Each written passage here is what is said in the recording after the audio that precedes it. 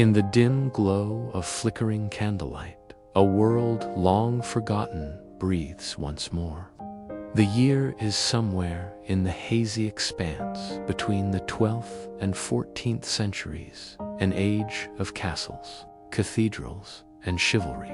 The air smells faintly of burning tallow and damp stone. And in the echoing corridors of the medieval world, the private lives of men and women were governed not by passion, but by power, piety, and superstition. In these centuries, life was simple but severe. The peasants toiled in muddy fields, while lords and ladies ruled from high towers. Yet behind those heavy wooden doors and cold castle walls lay a mystery people rarely discussed aloud: the secret rituals of intimacy, duty, and control.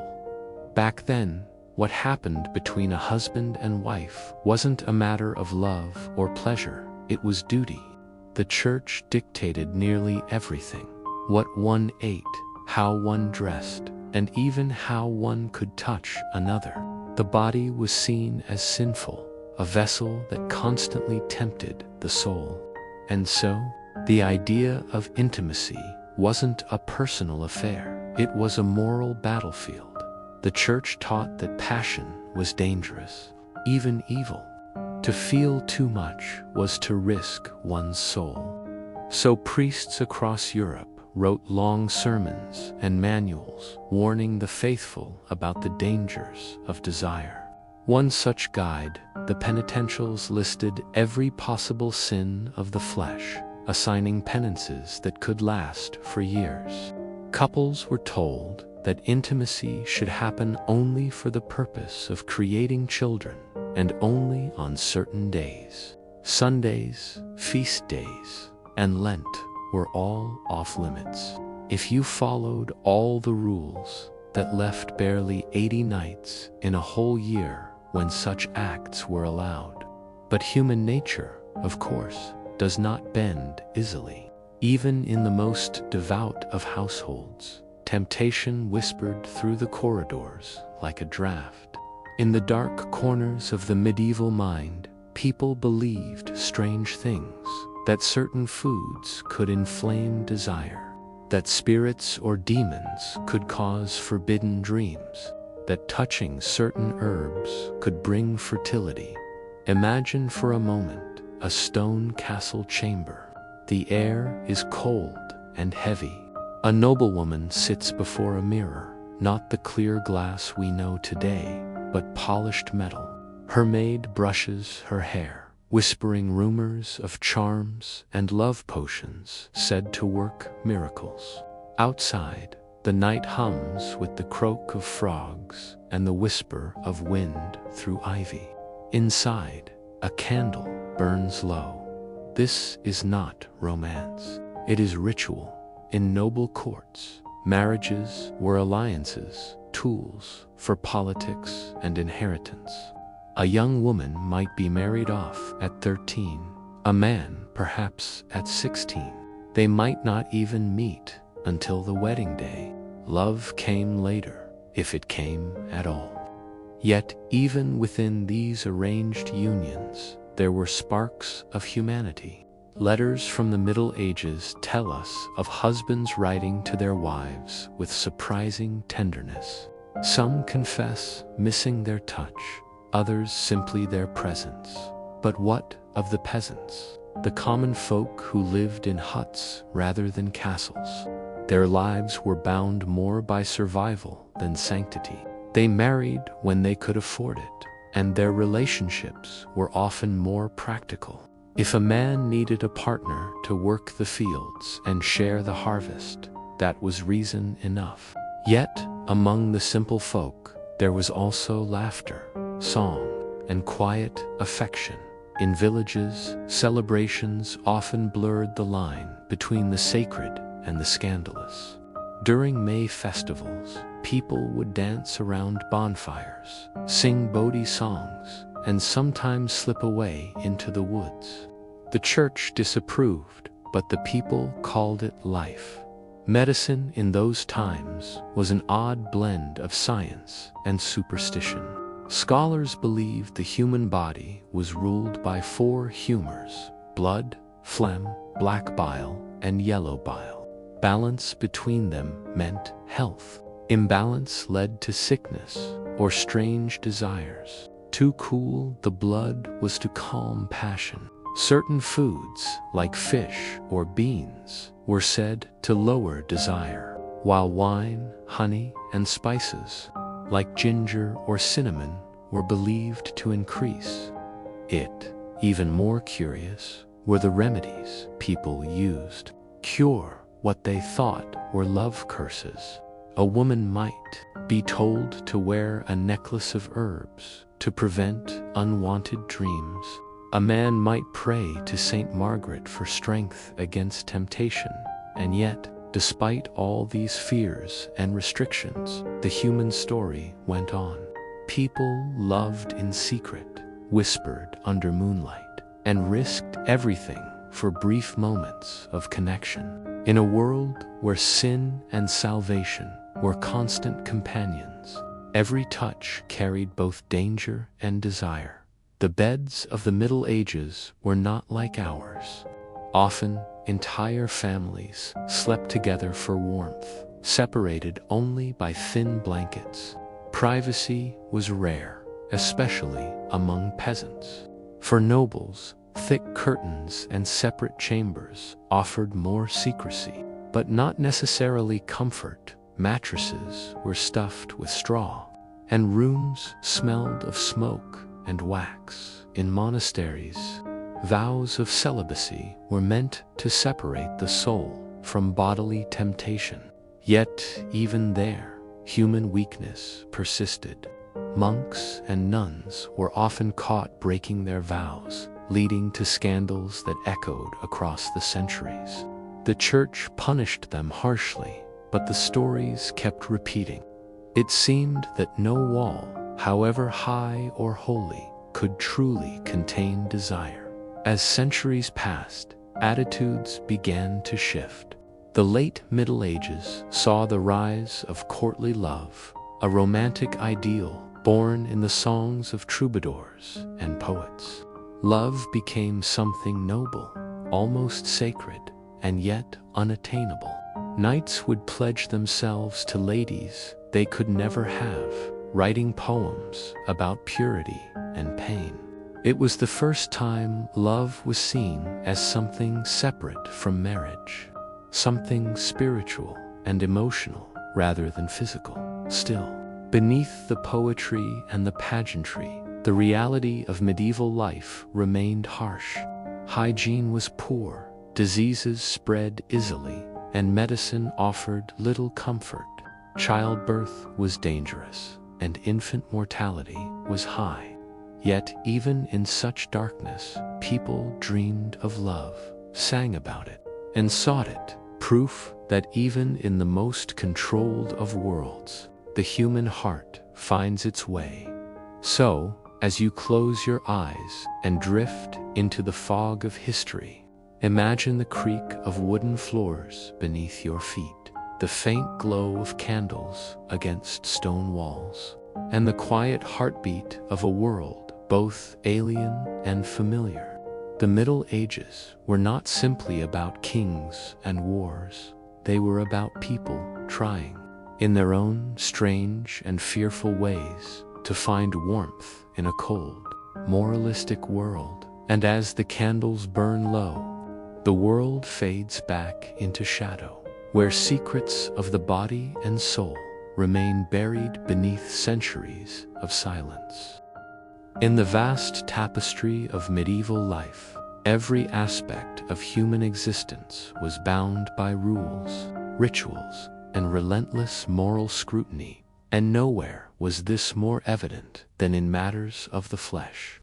To the people of the Middle Ages, desire was not merely a private impulse. It was a dangerous fire that had to be controlled, contained, and confessed. The Church's authority reached into every bedroom and beyond, shaping how people viewed their own bodies and the very act of intimacy itself. Sermons echoed through stone cathedrals, warning men and women that pleasure was a sin and that true virtue lay in restraint. To even think of such things outside the sanctity of marriage was to invite damnation. Yet the human heart rarely bowed to doctrine. Beneath the weight of religion and guilt, quiet rebellions thrived. A stolen glance across a courtyard, a whispered conversation after dusk, or the accidental touch of a hand. These small moments carried more meaning than entire nights of sanctioned duty. For many, love and lust existed not as acts of defiance, but as fragile proofs of humanity in a cold, rule-bound world.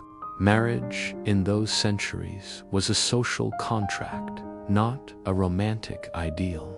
Families arranged unions for wealth, land, or status, often with little regard for affection. The church required witnesses and blessings to make a marriage valid.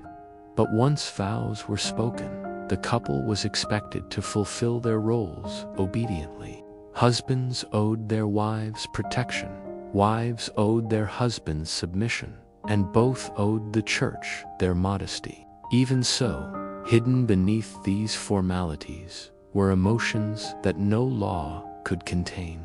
Letters from the 14th century speak of longing and loneliness, of wives who missed their husbands gone to war, and of men who confessed shame for craving their wives too much, fearing such feelings were sinful. In this strange balance between faith and flesh, an entire culture of secrecy evolved. There were countless prohibitions about when intimacy could occur. Certain days of the week, certain seasons, even certain hours of the night were considered unholy. The church declared that no such act should take place during Lent, Advent, Easter, or on Sundays and feast days, leaving only a fraction of the year available for what was, paradoxically, called the marital duty. To violate these restrictions could mean harsh penance days of fasting, public confession, or even fines. Yet, as always, people found ways to bend the rules. Physicians and scholars, still influenced by ancient Greek philosophy, began to argue that desire was a natural part of human health. They claimed that to suppress it entirely could cause melancholy or madness. Secret manuscripts circulated among educated nobles, advising moderation rather than abstinence. These works spoke of balance, of understanding the body rather than fearing it, and for some, they offered a quiet liberation. Still, the church's shadow loomed large. Confession became the tool through which desire was monitored. Men and women knelt before priests, whispering their sins, their fears, their failures. The priest would listen, sometimes with stern disapproval, sometimes with weary compassion, before assigning penance. In that moment, private life became public property. Every thought and act measured against divine expectation. Yet, for all its strictness, medieval society could not extinguish human imagination. In secret, songs and poems spoke of passion disguised as virtue. Troubadours in the courts of France and Spain sang of unattainable love that was pure in spirit but forbidden in flesh.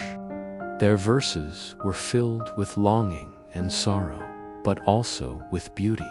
This idea of courtly love changed everything. It gave people permission to dream of affection without sin, to worship the beloved as something holy.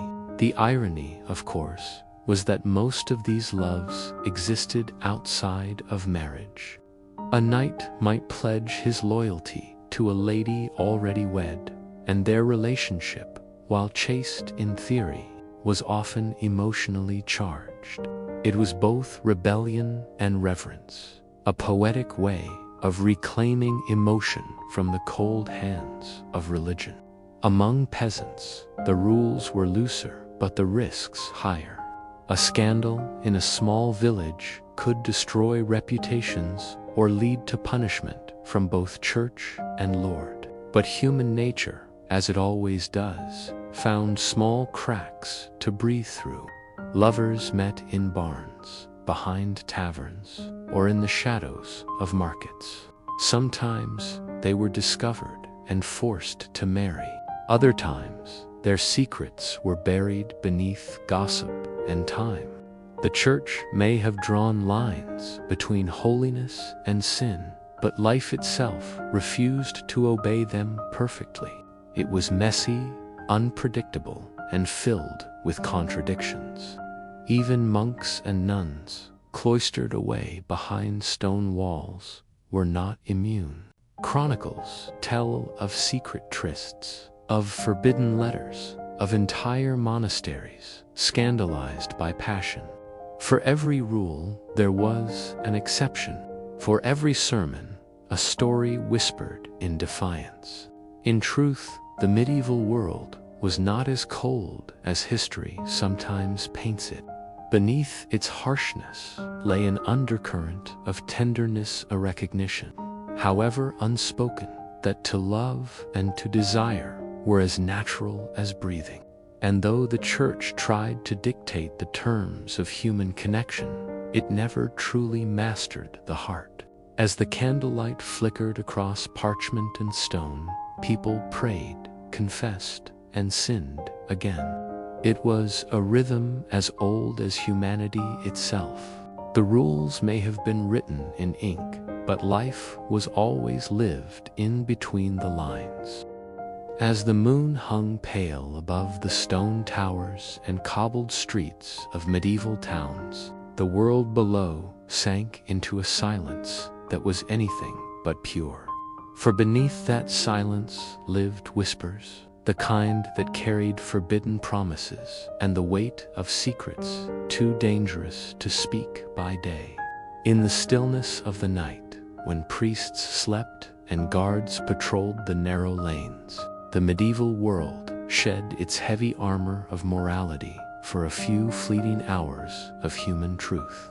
In these hidden hours, the same men and women who knelt in confession by morning became dreamers, poets, and sinners by moonlight.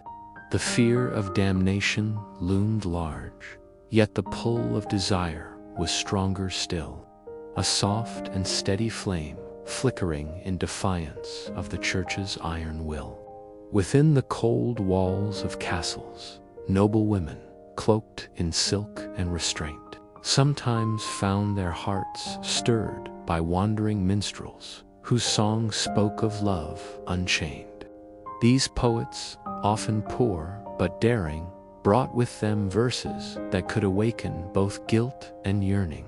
Their presence was dangerous, for a single misplaced glance could lead to ruin.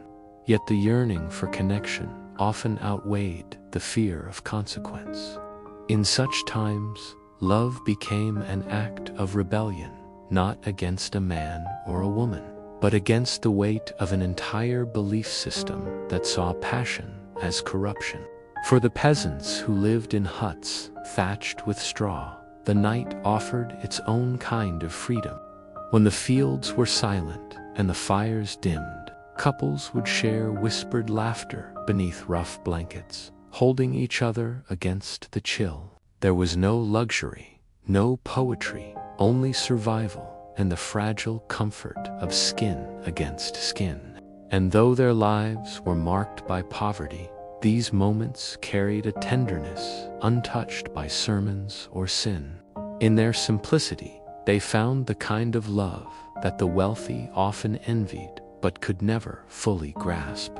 Yet not all love was kind, and not all intimacy was chosen. Power and control shaped much of medieval life, and in many corners of the world, the powerful took what they wanted, while the weak bore the shame.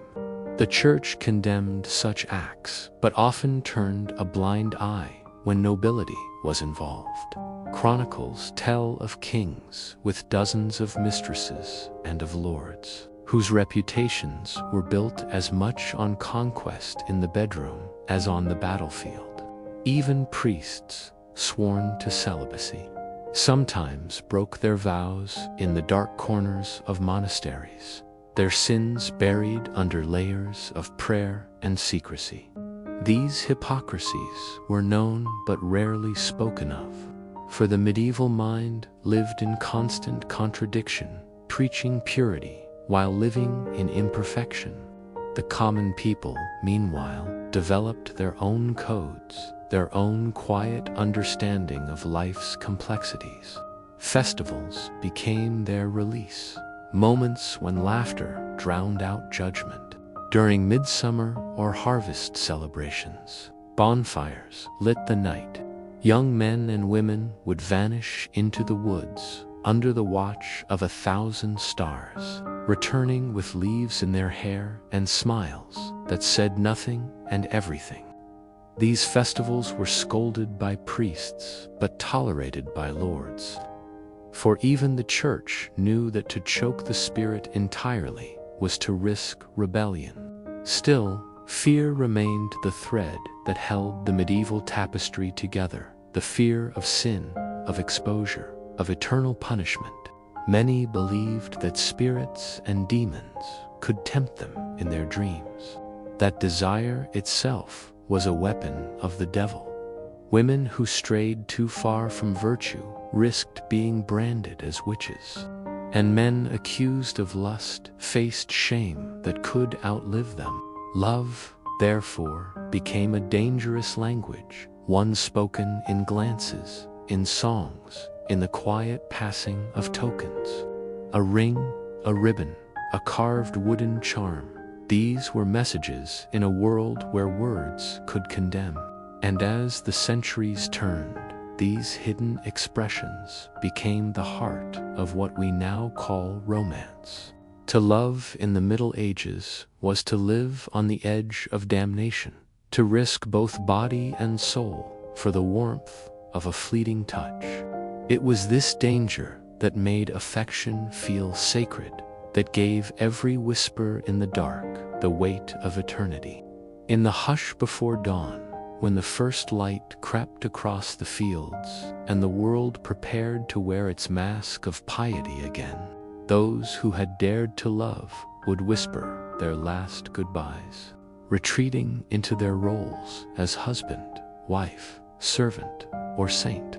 Yet in their hearts, they carried the memory of a single night when rules fell away and they were simply human, flawed, yearning, and alive. The church would write new decrees, the kings would build higher walls, and the priests would preach ever louder. But none could silence the quiet heartbeat of human desire echoing through the centuries. It is in that heartbeat, steady and eternal, that the truth of the medieval world survives. A truth not of sin or sanctity, but of souls seeking warmth in the long, cold night of history.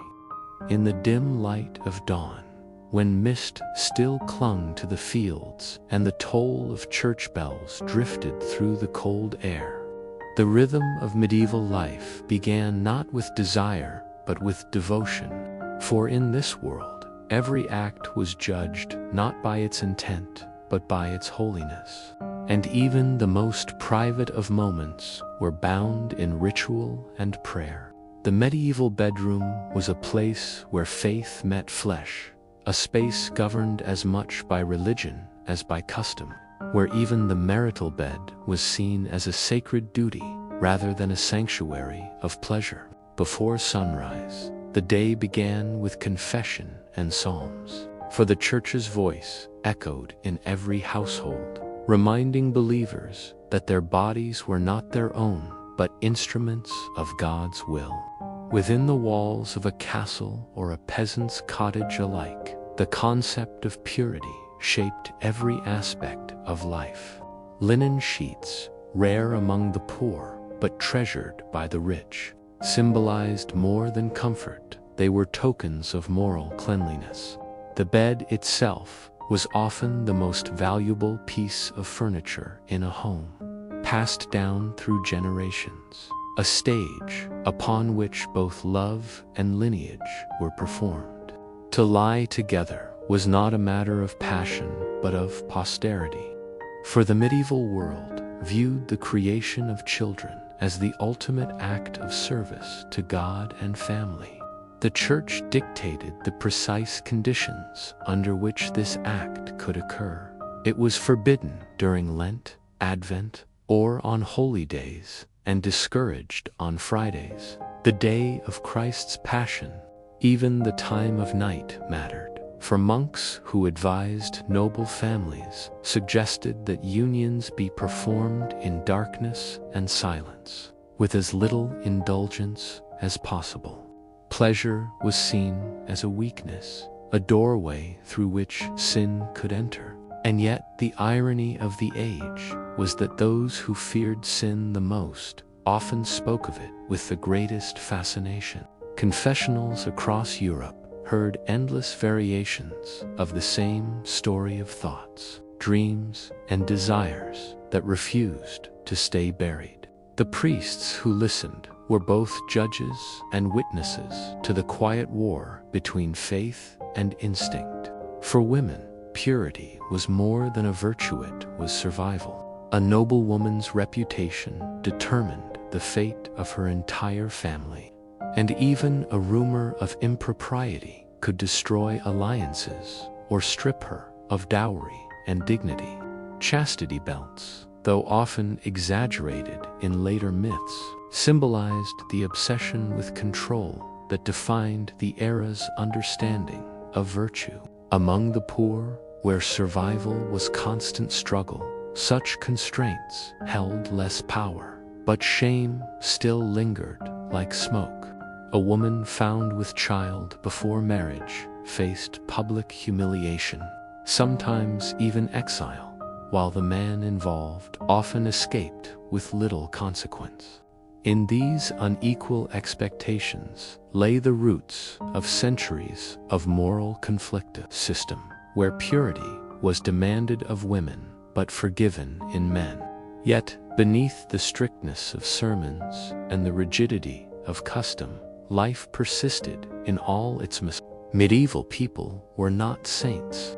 They were humans trying to navigate a world where every joy was shadowed by fear of sin. Herbalists and midwives, often women on the edge of society, held secret knowledge of the body that both fascinated and terrified the Church. They mixed herbs to ease childbirth, to calm the mind, and sometimes, in whispers and secrecy, to control fertility. The Church called it witchcraft, but for the people it was simply survival. To live in the medieval world was to exist between the sacred and the forbidden, constantly measuring one's actions against invisible laws. Even the architecture of homes reflected this duality. In castles, chambers were designed with layered privacy outer rooms for servants, inner rooms for family, and finally, the great bedchamber, often draped in heavy curtains that could both conceal and protect. In peasant homes, families slept together in the same space, the fire burning low, the air thick with the scent of wood and wool. There was no privacy, no luxury, only the raw simplicity of shared existence. The idea of love, though rarely spoken of openly, glimmered faintly beneath the surface of all this duty. It appeared in letters exchanged by separated spouses, in small token rings, embroidered cloths, carved charms that carried silent promises. Some marriages, especially among the gentry, grew into genuine companionship. Others remained cold transactions. Yet even in arranged unions, there were moments of tenderness, a shared glance at the hearth, a hand clasped before sleep, a prayer whispered for one another's safety. In monasteries and convents, vows of celibacy sought to remove temptation entirely, but temptation found its way in nonetheless. Monastic records reveal confessions of monks who dreamt of the outside world, who longed for touch or companionship. The abbots scolded them, punished them, prayed for them, but the longing never truly vanished. It was this very struggle between devotion and desire that defined the spiritual life of the age. Artists painted angels with human faces. Poets wrote of divine love that felt painfully earthly, and theologians debated endlessly whether the body was a gift or a curse. To live, then, was to live in tensione, to give war between heaven and earth, holiness and hunger. And so, when the candles burned low and silence settled over the medieval home, those who lay awake often found themselves wondering whether the whispers of their hearts were prayers or sins. The line between the two was impossibly thin. The medieval bedroom, in all its shadows and simplicity, was not merely a place of rest, it was a reflection of an entire civilization's struggle to reconcile its humanity with its faith. As the centuries unfolded, the medieval world became a grand theater of contradictions. A place where faith ruled with an iron hand, but the heart continued to rebel in whispers. And nowhere was this tension more visible than in the silent negotiations between faith and flesh. The Church claimed mastery over the soul and, by extension, the body, declaring that all acts of pleasure outside of duty were sins to be confessed and cleansed. Yet the same priests who preached restraint were often men of the world, aware that temptation was woven into human nature itself. In the great cathedrals, the scent of incense and the echo of choirs masked a deeper struggle, one between divine ideals and mortal instincts. Every Sunday, villagers and nobles alike knelt before the altar, heads bowed, minds heavy with prayers, but also with secrets they dared not speak aloud. They prayed for forgiveness, for strength, and sometimes for understanding. For in their private moments, they could not reconcile the love they felt with the shame they were taught. Desire was not simply a physical impulse. It was a spiritual dilemma, a test of obedience to a moral order that seemed to deny what made them human. Theologians of the time wrote long treatises debating whether pleasure could ever exist without sin, and poets, in turn, answered them not with arguments, but with stories of tragic love and forbidden devotion. One such poet, Andreas Capellanus, penned The Art of Courtly Love, a manual that described affection as something noble and spiritual, untainted by lust. His words swept through the courts of Europe, transforming love from sin to sanctity. Yet even his vision carried irony, for the love he praised was almost always unattainable, meant to be longed for, not lived. The knights and ladies who embraced this idea turned their emotions into performance songs, gestures, glances, all carefully crafted to express passion without crossing the invisible boundary that separated virtue from vice. To love was to suffer beautifully, and to suffer was to grow closer to God. This strange philosophy allowed people to feel deeply without confessing guilt, a subtle rebellion wrapped in poetry. But outside the glittering courts, in the muddy villages and crowded towns, life was far less symbolic. There, love and survival were inseparable. A woman might marry a man because his field bordered hers, or because he could protect her in a world of war and famine. Yet, even in these pragmatic unions, tenderness could grow. When plague and hunger swept through the land, it was not sermons that brought comfort, but the simple act of holding another person through the night. Faith taught that suffering was holy, that earthly pleasure distracted from salvation. But for those who lived on the edge of death every day, a moment of warmth felt like grace itself. Priests and monks might preach abstinence, yet they too were human. And their diaries, those that survived, reveal the constant battle between doctrine and desire. Some punished themselves for dreams they could not control, fasting or flagellating to drive away temptation, while others rationalized their failings as moments of weakness to be absolved through confession.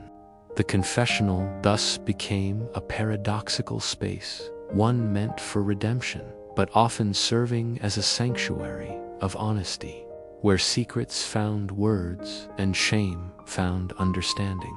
The medieval mind was haunted by the idea that the body and the soul were enemies, locked in eternal conflict, yet the very scriptures they revered spoke of love and creation as divine acts. Over time, thinkers began to question whether pleasure, when joined with love and respect, might not also be part of God's design.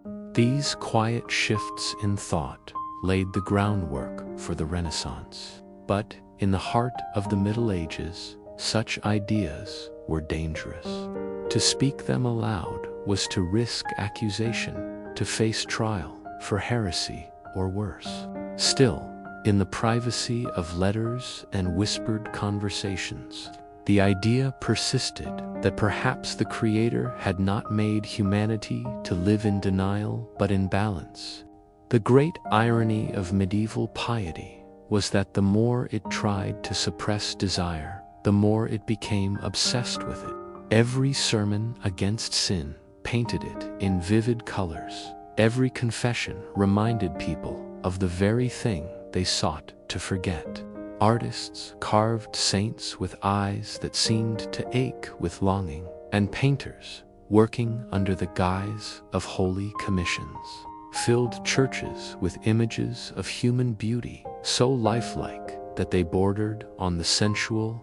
Faith, it seemed, could not exist without its opposite, for even the purest devotion carried the shadow of what it feared. And so, the medieval world moved forward, pulled by two great forces: belief and need, each refusing to yield. For the peasants, for the nobles, for the monks behind cloistered walls, life was a constant negotiation between the soul's salvation and the body's truth. They lived under the watchful eyes of priests and kings. Yet, within themselves, they carried a freedom no authority could touch, the ability to feel.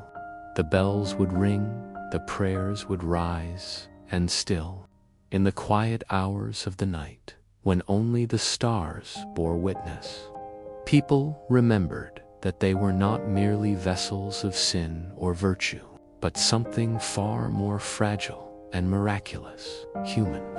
Behind monastery walls and castle chambers, medieval society constructed layers of silence around its deepest truths. For desire, though condemned in sermons, lived quietly in the corners of every heart. The Church declared the body a vessel of temptation, yet could not erase the pulse of human longing that persisted beneath robes, armor, and prayer. People learned to speak in coded language, poems disguised as prayers, gestures masked as courtesy, confessions delivered in trembling whispers. In noble courts, troubadours sang of pure love that never touched flesh, but every verse carried undertones of yearning. Every melody hinted at something unspoken. These songs became both rebellion and relief, allowing listeners to feel what they could never admit.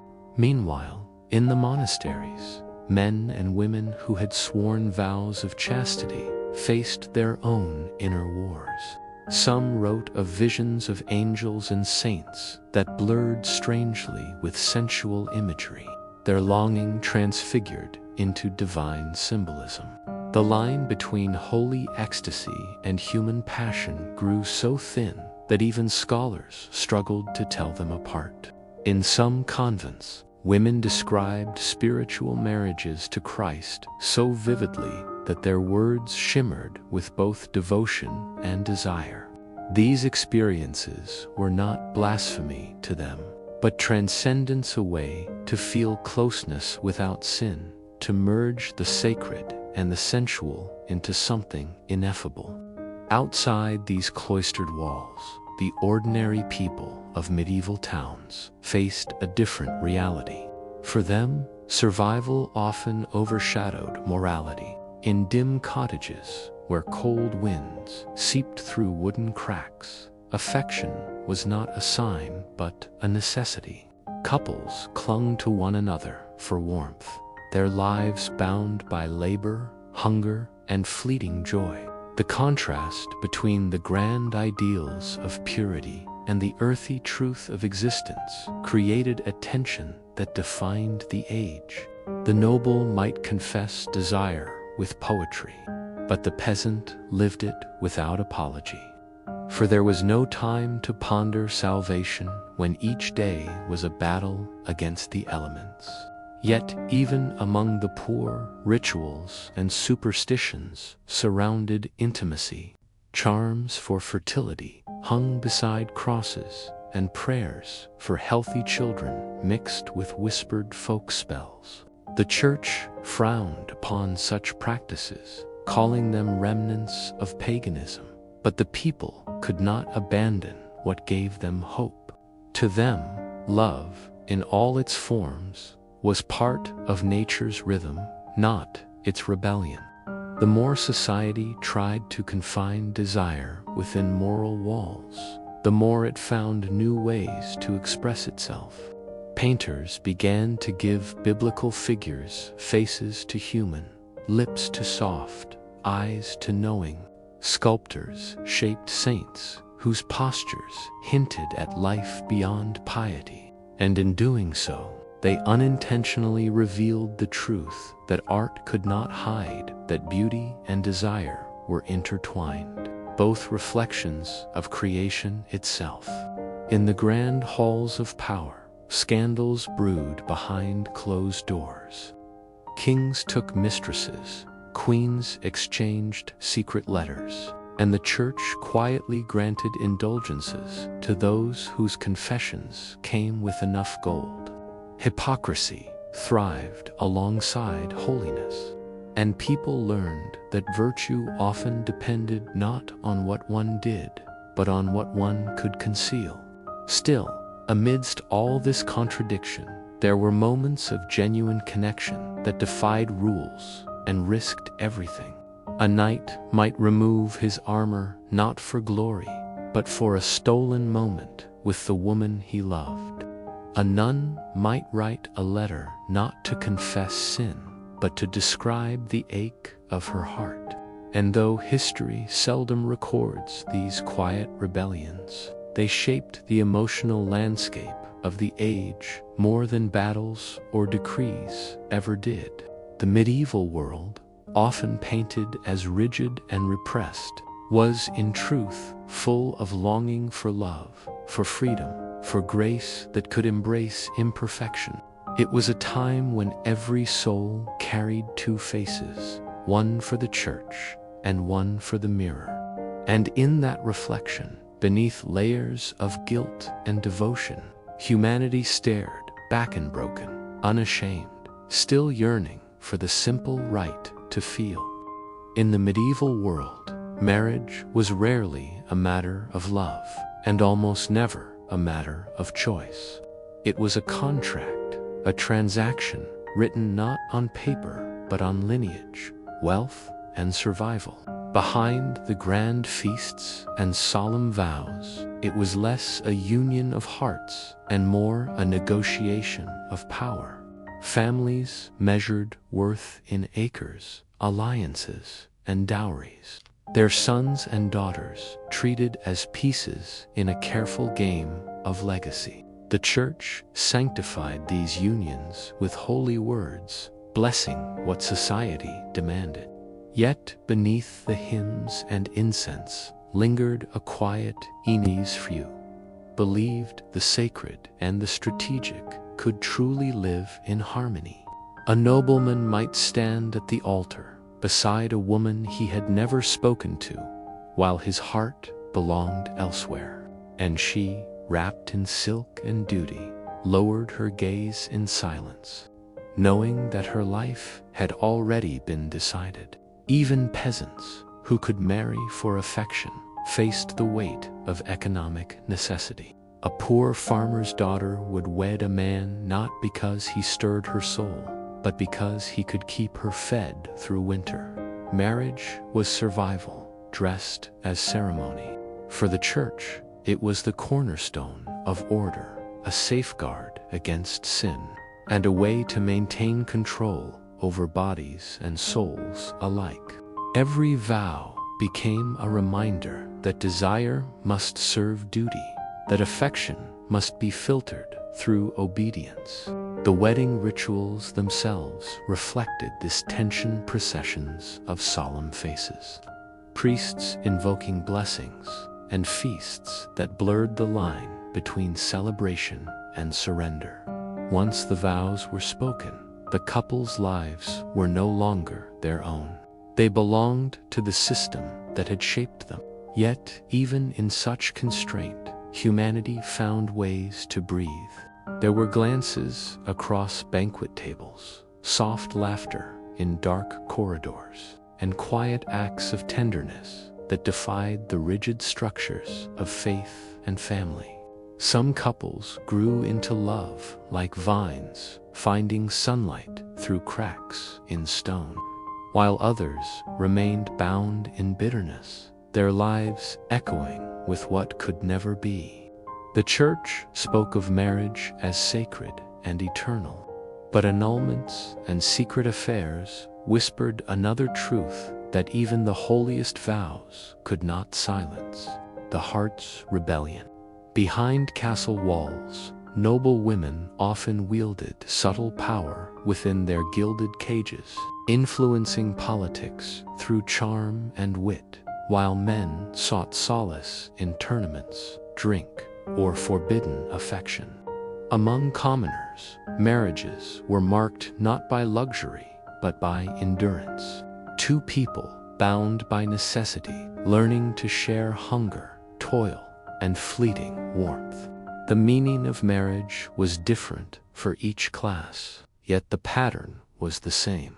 Love was rare, duty relentless, and freedom almost mythical.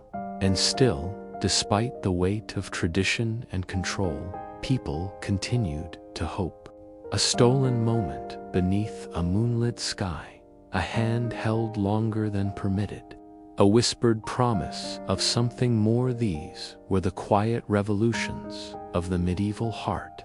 For beneath the heavy robes of religion and law, the human soul continued to dream of companionship, not dictated by bloodlines or commandments, but by choice. It was this fragile hope that carried through generations, reshaping how the world would one day understand love itself.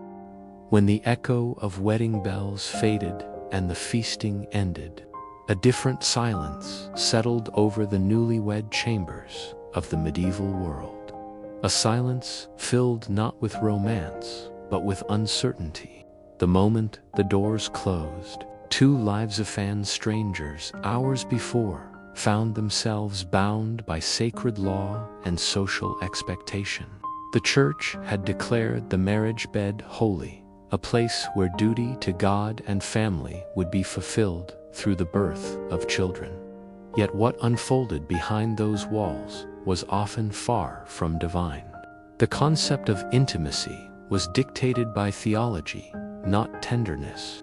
Priests preached that a husband and wife must meet only for procreation, never for pleasure, and that even within marriage, desire could edge dangerously close to sin. But human nature rarely bowed fully to such decrees. In grand stone halls and modest cottages alike, couples stumbled through the strange space between devotion and instinct, guided more by curiosity than by doctrine. For many women, the experience was bewildering, a transition from obedience to a father to submission to a husband. They were taught to see themselves as vessels of lineage, not partners in affection. The veil they wore at the altar became a symbol of that transformation. One moment, an ornament of innocence; the next, a curtain of silence. Men, on the other hand, were often taught to assert rather than understand, told that dominance was their right and passion their burden to master. In this imbalance, tenderness often drowned beneath expectation, and affection became a secret language only a few learned to speak. Yet among these dim realities, moments of humanity still glimmered. Some couples, through time and shared struggle, found a fragile companionship to souls weathering the same storm, learning patience, laughter, and the comfort of presence. These rare bonds grew not from desire but from empathy, a quiet defiance of the world's cold definitions. The Church continued to watch, its sermons warning against excess, its confessional booths absorbing whispers of guilt from those who confused affection with sin. Manuals written by clerics outlined acceptable behavior with the precision of law, reducing emotion to ritual, as though love could be measured in prayer. But the heart, even in the darkest age, remained ungovernable. It sought warmth in the chill of stone walls, trust in the shadow of obligation, and understanding in a world where it was seldom offered. Among peasants whose lives were closer to the earth, these lessons played out with simpler honesty. They did not have the luxury of doctrine or luxury of choice. They had hunger, seasons, and the need to endure. For them, love was not an idea, but a necessity. Hands joined to plow fields, to cradle children, to keep the fire alive. In that rawness, they found a truth the nobility often lost, that connection was survival, not sin. As centuries passed, the contradictions deepened. Paintings of the Virgin Mary softened into portraits of maternal grace. Poets began to write of love as something more than duty. And slowly, imperceptibly, the veil began to lift. What began as obedience became the seed of change. For even in a world ruled by vows, the desire for understanding could not be contained. The medieval marriage bed, for all its silence and constraint, became the quiet forge of evolution, not of flesh, but of emotion. In its shadows, humanity learned that love, though bound by law and watched by God, was still the most unpredictable force of all. In the vast tapestry of medieval life, obedience was the golden thread that bound society together. Yet for those caught within its weave, it was often a chain disguised as virtue. Every man, woman, and child was born into a hierarchy ordained by God, where questioning one's place was seen as defiance against heaven itself. The Church preached submission as the highest form of faith. Kings demanded loyalty as a divine right, and husbands claimed authority as natural law. Beneath this structure, individuals learned to silence the small voice within that longed for choice, for passion, for something more than duty. The noblewoman who gazed out from her tower window, the peasant who bowed before his master, the monk who trembled before confessional shared the same quiet ache, the sense that life, though blessed, was not truly their own. The medieval world taught that suffering was sacred, that endurance was holiness, and that the reward for obedience lay not in this life, but in the next. And so they endured. Wives obeyed, husbands who saw them as property, servants obeyed lords who scarcely remembered their names, and even kings obeyed the invisible chains of the church, whose power shadowed every throne.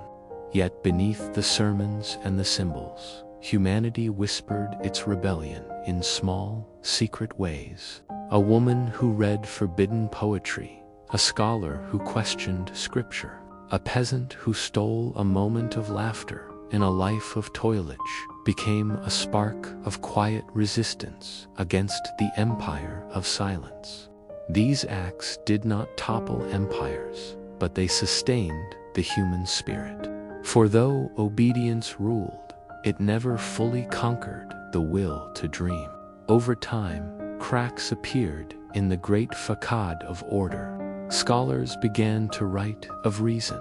Artists painted faces that looked back with awareness, and lovers dared to speak of affection as something noble, not sinful. The medieval belief that hierarchy was divine began to tremble beneath the weight of human thought. Even the church, in its wisdom and fear, sensed the change and cloaked it in new words, calling it reform, calling it awakening. Yet, what it truly was the slow return of individuality. The cost of obedience had been centuries of silence, generations of suppressed desire, and the dimming of countless souls who might have burned brighter if allowed to live freely. But out of that silence grew resilience. Humanity learned patience, endurance, and the subtle art of hope.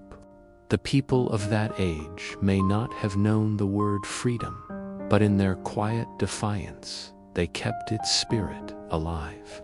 When the bells of a new era began to ring, their echoes carried the memory of those who had obeyed too long and dreamed too deeply to remain asleep.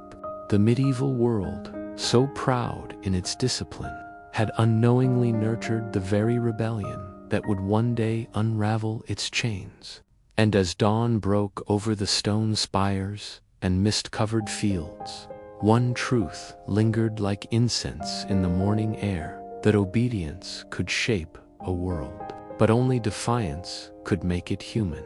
Across the long centuries of the medieval world, silence was not merely the absence of sound, it was the language of survival. It hung heavy in stone churches, lingered behind castle walls, and settled in the hearts of those who could not speak what they truly felt.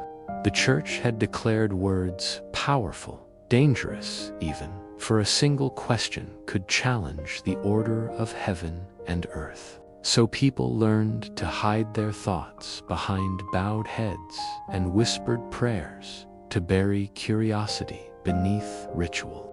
A farmer's wife might kneel at dawn, murmuring her devotion while silently wondering why her hardships never changed.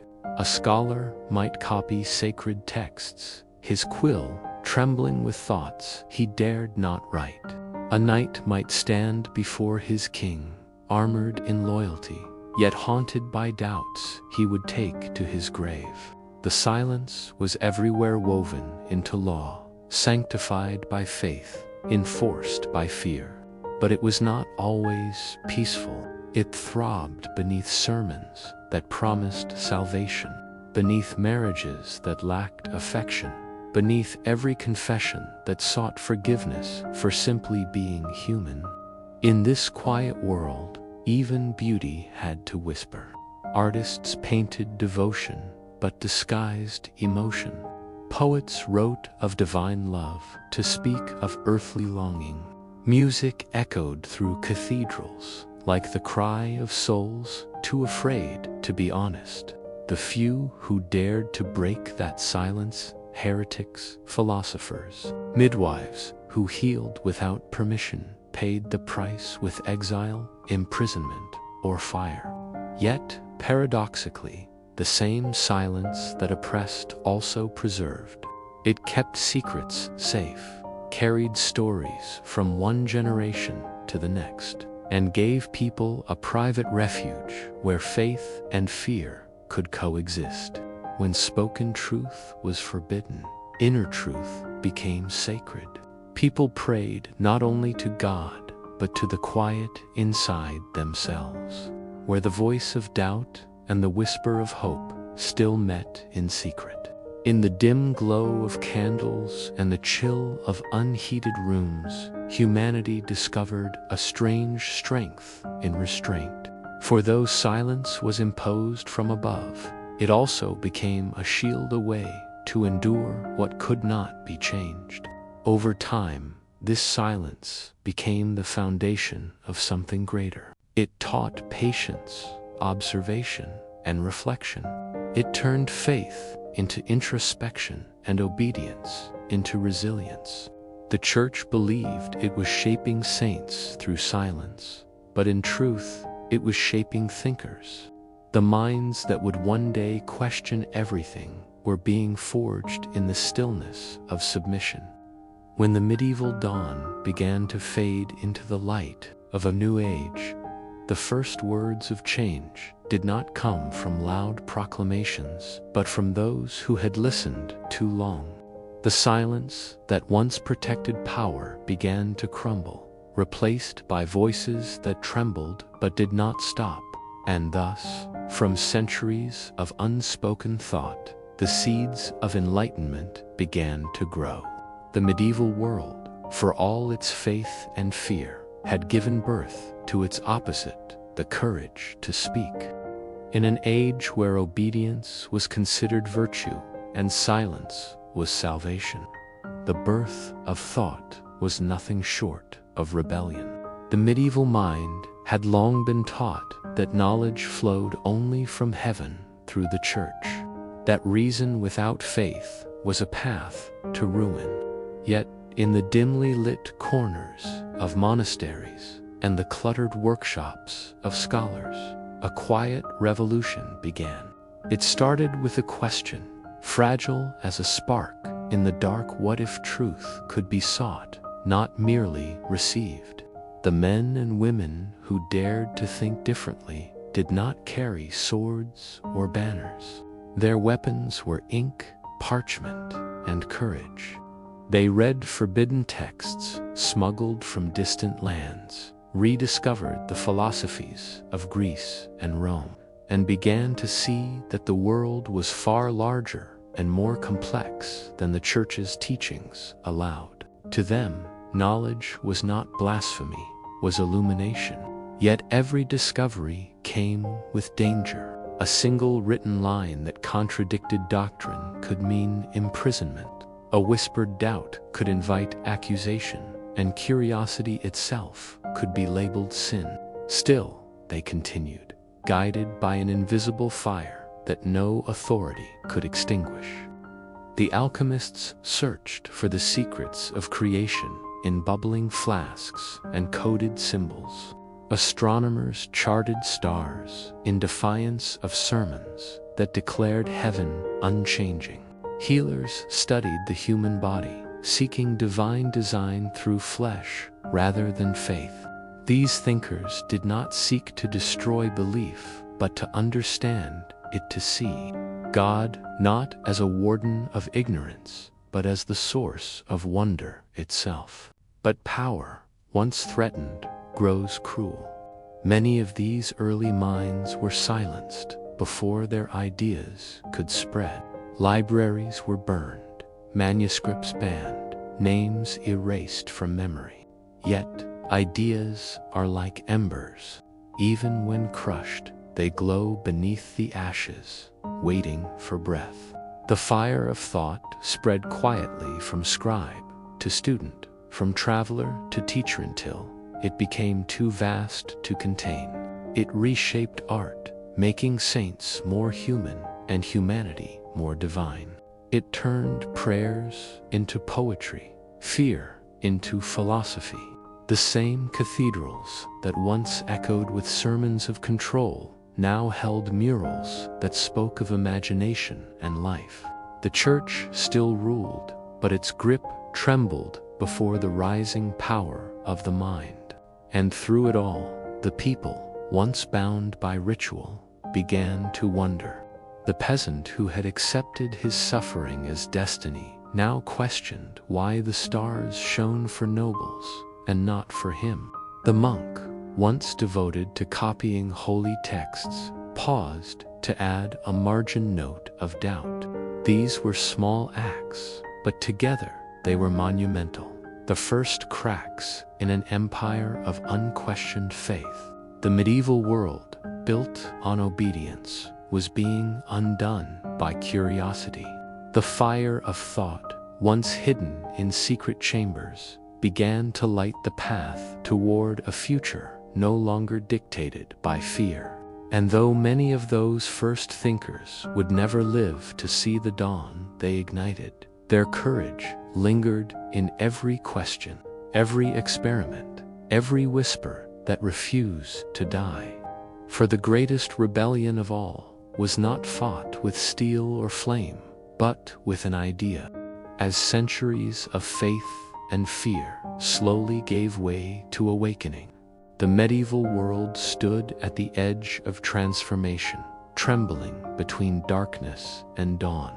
The whispers of thinkers, once hidden behind monastery walls, now drifted into the open air, unsettling those who had built their power on silence.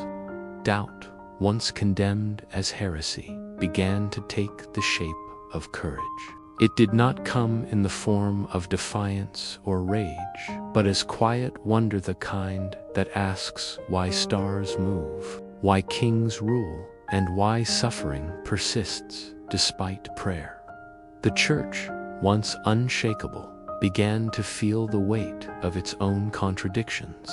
Its cathedrals stood tall, casting shadows over towns. But within those shadows, people began to dream of light. Priests still preached obedience, but their sermons now echoed against hearts that had learned to listen differently.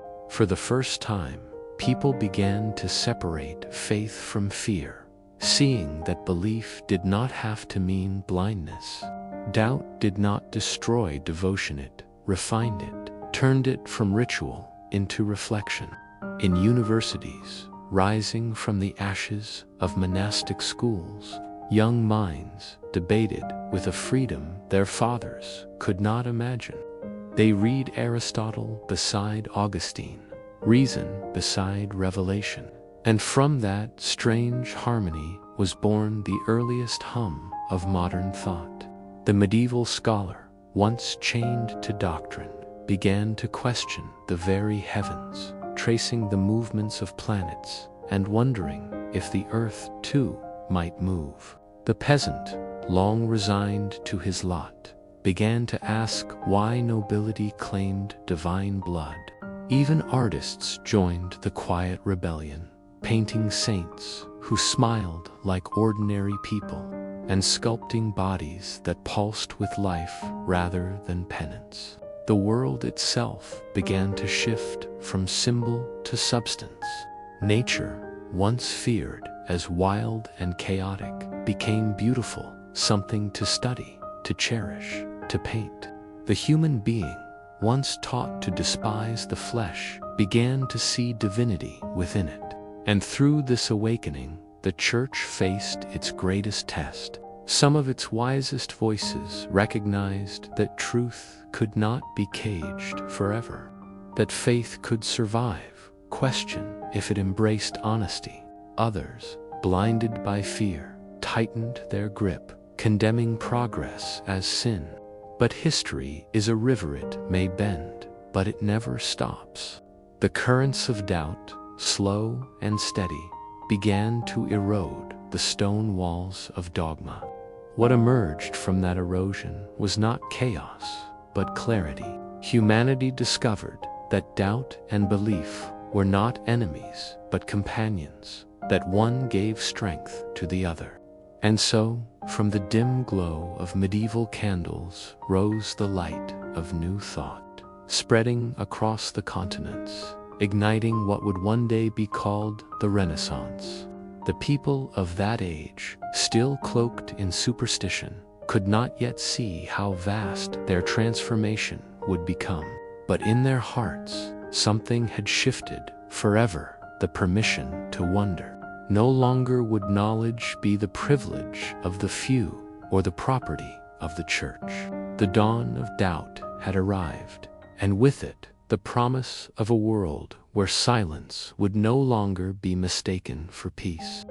When the heavy veil of the Middle Ages finally began to lift, it did not happen with the sound of trumpets or the clash of swords. It happened with a breath, a whisper, a turning of pages. The same Europe that once lived beneath the weight of silence now stirred restlessly, awakening to color, curiosity, and creation. From the ashes of obedience rose imagination. From centuries of repetition came rediscovery. The scholars who once toiled in secrecy now spoke openly of reason. The artists who once painted saints now painted humanity. And the merchants who crossed seas brought not only spices and silk, but stories and ideas that reshaped the mind of the continent. It was as though the world, long asleep under the shadow of faith, had suddenly remembered its own reflection. Cities like Florence, Venice, and Paris shimmered with a kind of energy the old world could not contain. Painters like Giotto and later Da Vinci turned devotion into dimension, giving depth to faces and meaning to light. Architects who once built for God now built for beauty, filling the air with the sound of chisels, hammering not for heaven but for the glory of human vision. The church remained powerful, yet it no longer stood alone. Knowledge had found new sanctuaries in libraries and workshops, where thought itself became sacred. Books once copied by trembling monks were now printed by machines, their words spreading faster than any decree could stop. The printing press became the heartbeat of this new age, carrying ideas across borders like wildfire. For the first time, ordinary people could read scripture, poetry, and philosophy in their own tongue, no longer needing priests to mediate between them and truth. The world was rediscovering itself, and with that rediscovery came both wonder and danger. Old powers trembled as new voices rose. The same flame that illuminated reason also burned through centuries of unquestioned rule. Kingdoms turned to nations, faith turned to philosophy, and identity shifted from what one was born into to what one could become. The human mind, once bound by dogma, now reached for the infinite, studying stars, dissecting the body, and charting oceans that led to lands unknown. It was a time when man began to see himself not as a sinner crawling toward redemption, but as a creator capable of shaping destiny. Yet even in this rebirth, echoes of the past lingered. The church, still vast and venerable, watched with both pride and fear as its children began to walk without its hand. The tension between belief and discovery gave the age its pulse, the sacred and the scientific dancing together, sometimes in harmony, sometimes in conflict. But this was the price of awakening. The world had learned that to think freely was to risk, that to create was to challenge, and that progress was never gentle. Still, humanity pressed forward, driven by an instinct older than any Lotha desire to know. The medieval night was ending, And though dawn came slowly, it came with brilliance. In its light, art became prayer, invention became worship, and knowledge became the new faith. The birth of the new world was not just a change in time, but a transformation of the soul. Humanity, once bowed beneath the cross of silence, now stood upright. The world that awoke from the long slumber of the Middle Ages did not simply stretch and yawn, it questioned, doubted, and defied. Where faith had once been the unquestioned answer to all things, now questions became the new form of worship. In the crowded streets of Florence and London, in the candlelit studies of Paris and Amsterdam, the human mind began to whisper dangerous thoughts. What if the earth was not the center of the universe? What if kings were not chosen by God? What if truth could be measured, proven, and seen rather than believed? These were not rebellions of sword or blood, but revolutions of thought, silent yet unstoppable. The old world trembled, not from battle, but from books. Galileo turned his telescope toward the heavens, and in doing so, shattered centuries of certainty. Copernicus rewrote the map of the cosmos, while philosophers like Descartes and Francis Bacon built a new foundation of reason and doubt. I think, therefore I am, became the anthem of an age that no longer sought salvation in blind belief, but in understanding. This was the birth of the modern mind, the quiet revolution that transformed peasants into thinkers, kings into students, and scholars into rebels. But such freedom came with unease. The church, which once stood as the voice of absolute truth, found itself facing a storm of ideas that could not be silenced by decree or excommunication. Printing presses scattered her control like dust in the wind. Pamphlets, essays, and manifestos flew across Europe, igniting both enlightenment and chaos. Some called it heresy, others liberation. The same fire that lit the lamps of knowledge also burned the pyres of those who dared too much. Yet, even as martyrs fell, their ideas survived ideas too vast to imprison. Meanwhile, across oceans, new worlds were being discovered. The age of exploration merged with the age of reason, and humanity began to see itself as part of something far greater than kingdoms or cathedrals. Maps expanded, faiths collided, wealth and wisdom crossed paths in ways unimaginable a century before. The world had grown larger and smaller, at once larger in discovery, smaller in mystery, and yet the human heart, restless as ever, sought meaning amidst the noise. Art turned inward, philosophy turned skeptical, and science turned patient. The same people who once feared the stars now measured them. Those who once knelt in superstition now stood in curiosity.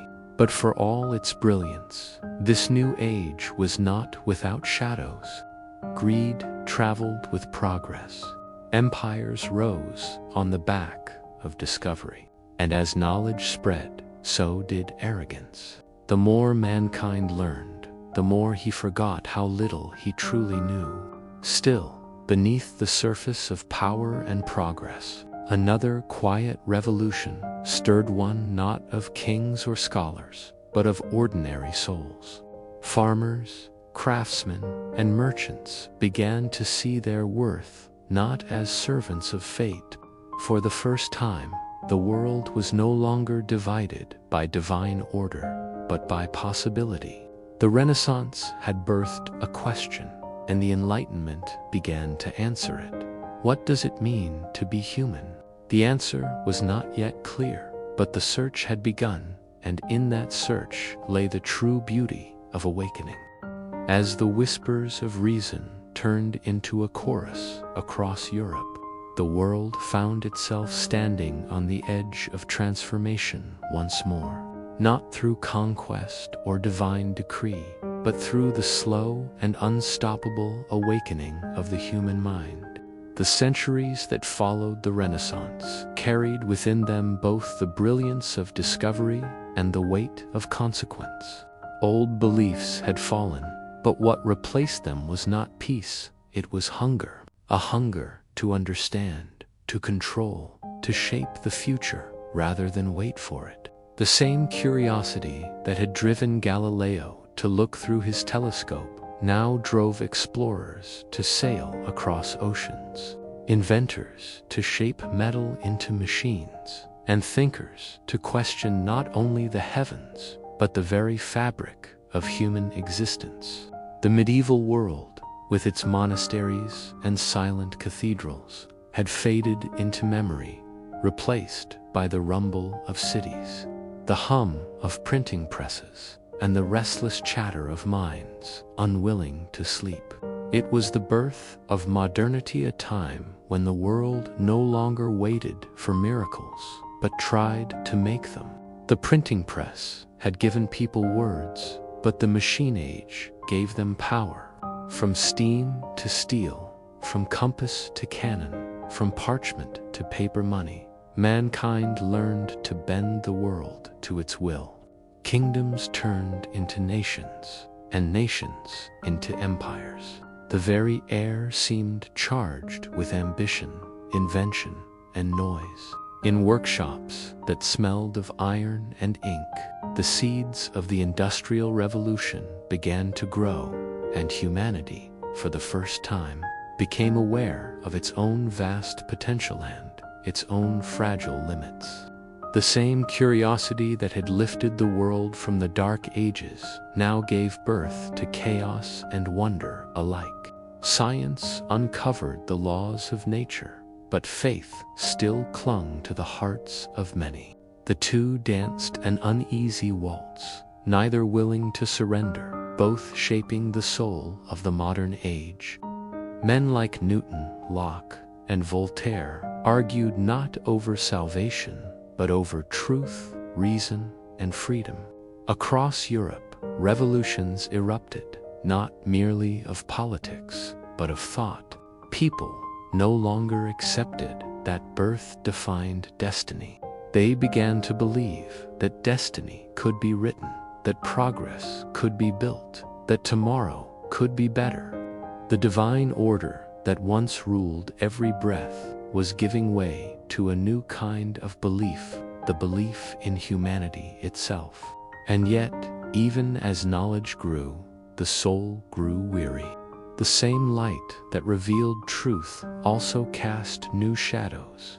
Fact replaced faith, progress replaced peace. And the more the world moved forward, the more it questioned whether it was truly awake or merely dreaming a louder dream.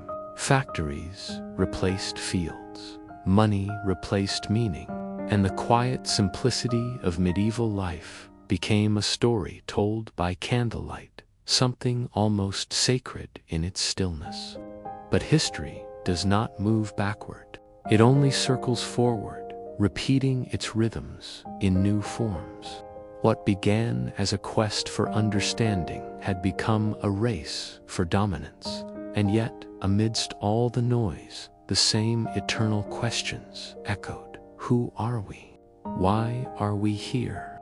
What do we owe to one another? Those questions, older than any empire, outlasted the thrones and machines alike. And perhaps that is the secret of history. It never truly changes. It only shifts its costume. The same human heart that once prayed beneath stained glass now pondered beneath gaslight. The same fears, the same hopes, the same longing for meaning pulsed beneath the marble and smoke of the modern age. The medieval man had lived in awe of God. The modern man lived in awe of himself. Both, in their own way, were worshippers, one of the heavens, the other of progress. And yet both gazed at the same stars, wondering, perhaps, the same thing, whether all this striving was leading somewhere or merely circling back to the beginning. As night falls on this long tale of awakening, history sighs a soft, weary breath echoing through the centuries. The world, once cloaked in silence, now hums with the sound of life, invention, and noise. Yet in every quiet moment, in every flicker of candle or glow of screen, the same stillness lingers. The same question whispers in the dark. Has humanity truly awakened, or has it merely opened its eyes to another dream? And as you drift into sleep, know this: the story of mankind is not a straight line but a spiral, ever turning, ever returning, each age both an ending and a beginning. The medieval night has ended, but history, like the mind, never truly rests. It only waits for the next awakening.